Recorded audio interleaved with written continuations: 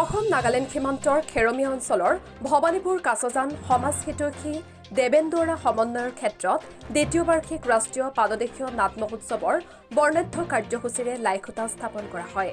প্ৰথম বাৰ্ষিক পাদদেশীয় নাট মহোৎসৱৰ সফল সামৰণিৰ পাছত এবাৰ দ্বিতীয় বৰ্ষৰ বাবে অহা 2 ফেব্ৰুৱাৰীৰ পৰা 4 ফেব্ৰুৱাৰীলৈকে তিনিদিনীয়া কাৰ্যসূচীৰে আয়োজন কৰা হৈছে এই নাট মহোৎসৱ।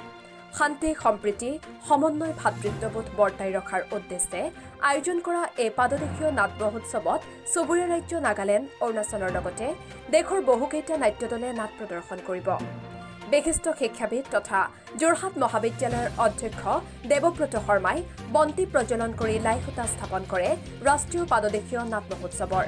বিশিষ্ট নাট্যকাৰ বিনয় শইকীয়াই আঁত ধৰা এই লাইখুঁটা স্থাপনৰ কাৰ্যসূচীত পাহাৰ আৰু ভৈয়ামৰ বহুকেইগৰাকী বিশিষ্ট ব্যক্তি, নাট্যকাৰ, অভিনেতা অভিনেত্ৰী, কলাকুশলী, সংগীত শিল্পীৰ লগতে ভালেসংখ্যক নাট্যপ্ৰেমী ৰাইজ উপস্থিত থাকে। যোৱা বছৰ আমাৰ যিটো ফাৰ্ষ্ট ৰৈছিলে, তাৰপাছত আজি আমাৰ জেগাত যিটো আহিছে, আহি কিনে যিটো দেখি আছে, এতিয়া আমাৰ ডাঙৰে কোৱা নিচিনা লাহে লাহে লাহে লাহে বঢ়াই বঢ়াই আমাৰ যিটো ফ্ৰেণ্ডশ্বিপ আছে সেইটো বঢ়াই থাকিলে ভাল। আৰু এনেকুৱা বঢ়াবৰ কাৰণে আমাৰ নাগালেণ্ড ফালেও যিটো ট্ৰাই কৰিব লাগিব, যিটো আমি যোগ দিব লাগিব, এটা আমি ট্ৰাই কৰিম আৰু পাৰলৈকে চেষ্টা কৰি আৰু আগবঢ়াই লৈ যায়। ইয়াত অকলে নহয়, য'ত ত'ত হওক, আছাম নাগালেণ্ড এনে 14ত চবত আমি একেলগে মিলি সেইটো কামটো আগবঢ়াই লৈ যাম বুলি আমাৰ নাগালেণ্ডৰ পৰা মই এটা কথা জনাইছোঁ। Thank you. ইতিমধ্যে অৱগত হৈছে যোৱা বছৰো ইয়াৰ সমীপৱৰ্তী আন এখন গাঁও পানীনৰা এলেকাত প্ৰথম বাৰ্ষিক তাঁতিগাঁৱত প্ৰথম বাৰ্ষিক পাদদেশীয় ৰাষ্ট্ৰীয় নাট্য মহোৎসৱ হৈছিলে আৰু এইবাৰো 2, 3, 4 ফেব্ৰুৱাৰীত আমি য'ত এতিয়া থিয় হৈ আছোঁ ঠিক ইয়াতেই দ্বিতীয়বাৰৰ বাবে মূলতঃ অসম আৰু নাগালেণ্ডৰ, কিন্তু এই দুখন ৰাজ্যৰ বাহিৰেও সৰ্বভাৰতীয় ভিত্তিত নাট্য দলৰো আগমনৰ আশাৰে ইয়াত এটি নাট্য সমাৰোহ আয়োজন কৰা হৈছে। আমাৰ উদ্যোক্তাসকল আছে, আপোনালোকে তেখেতসকলৰ পৰা ভালকৈ জানিব পাৰিব।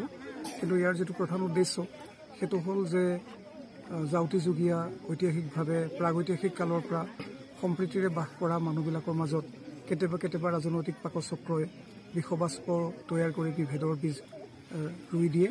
তাৰ ফলত সংঘাত সৃষ্টি হয়, ৰক্তপাত হয়।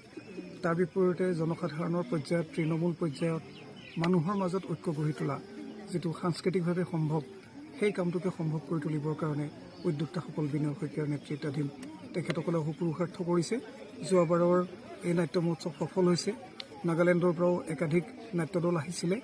এইবাৰো আশা কৰা হৈছে অসমৰ বিভিন্ন জনগোষ্ঠী, ইয়াত ঠেঙাল কছাৰীসকল আছে, টাই আহোমসকল আছে, আদিবাসীসকল আছে আৰু অন্যান্য সকলো জনগোষ্ঠীৰ মানুহ এই এলেকাত আছে বা আহিব বুলি আশা কৰা হৈছে। অসমৰ চেমা হওক, আও হওক, মুঠা হওক, আংগামী হওক, মাও হওক, মৰম হওক, চাং হওক, খিয়াংমুং হওক, অথবা মৰম নাগা হওক, অথবা টাংফুল হওক বা কন্যাক হওক, বা জেমি হওক বা লিয়াংমেই হওক বা ৰংমেই হওক, যিমানবোৰ নাগা জনজাতি আছে আশা কৰা হৈছে সেই সকলো আহিব আৰু এটা বৃহত্তৰ পৰ্যায়ত জনগণৰ ঐক্য গঢ়ি উঠিব অতি মজবুত সাংস্কৃতিক ঐক্যৰ ওপৰত ভিত্তি কৰি।